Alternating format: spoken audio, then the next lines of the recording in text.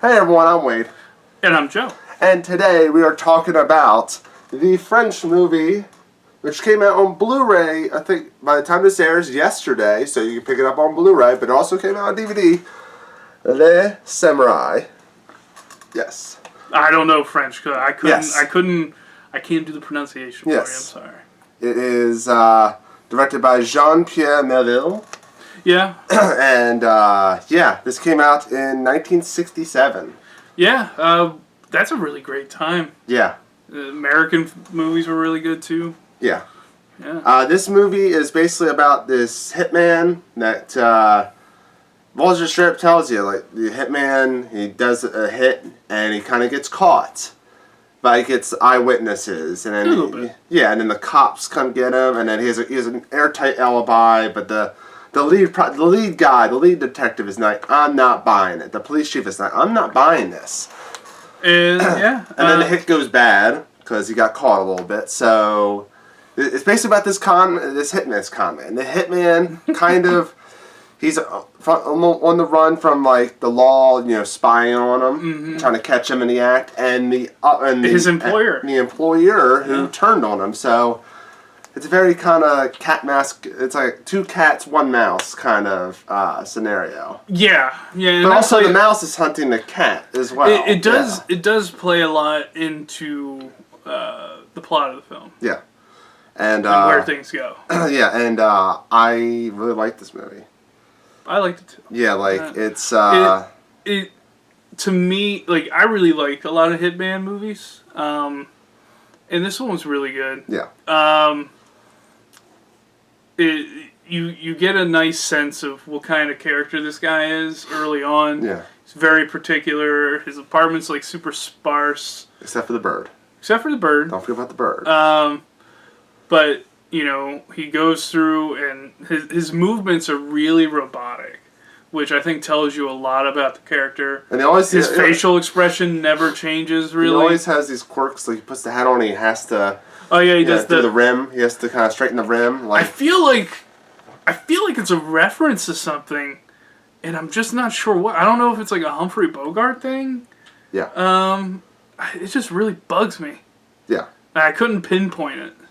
And he kind of like he has a guy that switches plates. I mean, he has a recurring cast of characters. He has the girl that gives him the alibi, but it's obvious that she likes him. Well, I think she's a prostitute.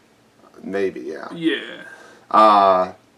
Yeah. So he has all these things, and then you have a bunch of other characters like that are part of it. You have the lounge. She's not a singer. She's a piano player. I don't know if she's a lounge singer. Well, I mean, as time goes on, you find out there's more and more players involved. Yeah. But yeah, you kind of follow him, setting everything up. Yeah. And he's prepared. He has the giant key ring where he can use to drive a car that he steals, and then he takes it to the tag, the guy who changes out the tags and gives him new papers, like identification papers, registration, all that.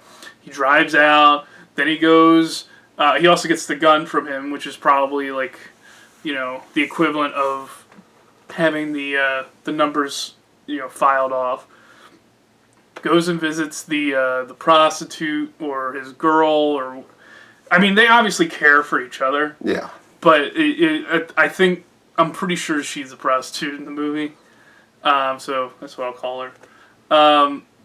He sets up that part of the alibi. Then he goes, sets up the second part saying, hey guys, you guys are playing, like cards or something. I'll be back at this time. And then proceeds to do the hit. Things go slightly wrong. He gets the hit done. Yeah. He gets the job done. But, there's witnesses and everything. And obviously he sets up the alibi ahead of time to try and help with that. He leaves. Doesn't even give doesn't wear a mask. Nothing. He just has the hat and the trench and the raincoat. And it's amazing, because he's relying on how normal he looks, which is a really cool idea. Yeah. It happens every now and then, but he relies on that. Yeah. And then it just keeps snowballing from there. Yeah, and it just doesn't stop. The pacing just keeps going. It doesn't really slow down that much. And you can tell he's been through a lot of this before. Like, he's...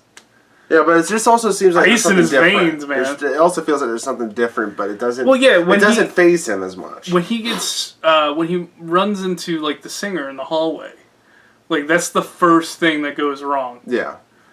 It reminds me a lot of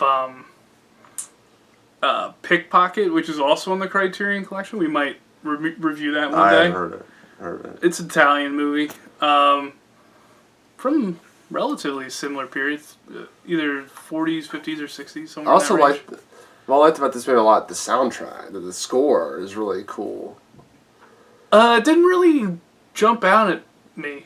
Mostly his theme when he's in the room has kind of like this. It felt like a giallo movie soundtrack. It's really subdued though. Yeah, it's not overly pronounced. Yeah, but there's little parts where it kind of accents the scene a little bit. It also reminds me a lot of Bernardo Bertolucci's The Conformist, which came out in the 70s. Especially early on, where he's going past the windows, the way it's all lit. And in those two movies, I really liked Pickpocket. Pickpocket was pretty good. But I love The Conformist. It's one of my favorite movies. It just gave me those kind of vibes. Yeah. I liked it a lot. So the big question of all these episodes is skip, rent, or buy? I think it's good enough to buy, even though it's a foreign, older movie. I think it's good enough. I think people can follow it well enough. Yeah. That they could buy it. Yeah, I say buy. It's not overly convoluted. The problem with a lot of foreign films to American audiences, I'm not saying that all listeners are American audience, but foreign movies usually, if they have a convoluted, really complex, plot. A lot of times there's a whole bunch of characters. A lot of people will fall off. This movie has minimum characters, probably a total of 12 major characters, maybe 10. The major characters probably he's only the major character, and I guess the police chief is the major character. Yeah, police chief, the blonde hitman, the blonde hitman, girl. I guess. Yeah. Yeah, maybe I wouldn't even call him a major character. Yeah, there's not a lot of major characters you can easily follow. It's a pretty good crime thriller. It's gonna... Yeah, it turns into, a guy trying to deal with the walls closing in on all sides. Yeah, and I really liked it. It's a buy for me. I have it on DVD. I'm probably going to buy it on Blu-ray eventually because, it's not terribly... it could easily be restored. Easily be more enhanced. It's not like... what was the movie we saw? Cassavetes movie, what was it? Shadows? Shadows. Yeah, it ain't gonna be... Shadows should not be released on Blu-ray because you can't really enhance it. This you can enhance. It's already been released on Blu-ray, unfortunately. Oh, really? Oh. Yeah. But yeah, it's definitely worth picking up, and I believe the Barnes & Noble sale is happening right now. Yes, it is happening right now. So definitely, if you're interested at all, it's a good time to get it. It's half off. Any other time there's a sale like that, it's definitely worth checking out. And if you have Filmstruck, it's on there. Take a look at it, and if you want to get it a sneak peek, I don't know what I think about these French hitman movies.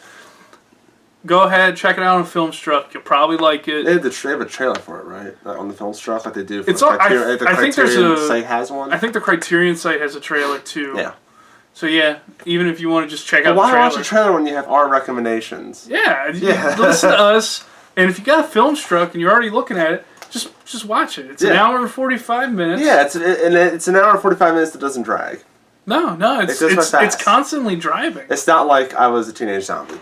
We always have to reference that movie. It's haunting me. Anyway, so yeah, you can follow if you want to let us know what you think about Les Samouraï or any other Hitman movies that we should see on the Criterion Collection. Let us know in the comment section down below. Be sure to subscribe so you get more Criterion Creeps and other Mint and Dish shows that we are producing in the future, and we have already, stuff like that. You also follow us on Twitter at MintCondishMCP. Yeah, on Twitter, and that's about it, I think. Yeah. So, until next time, Le Samouraï by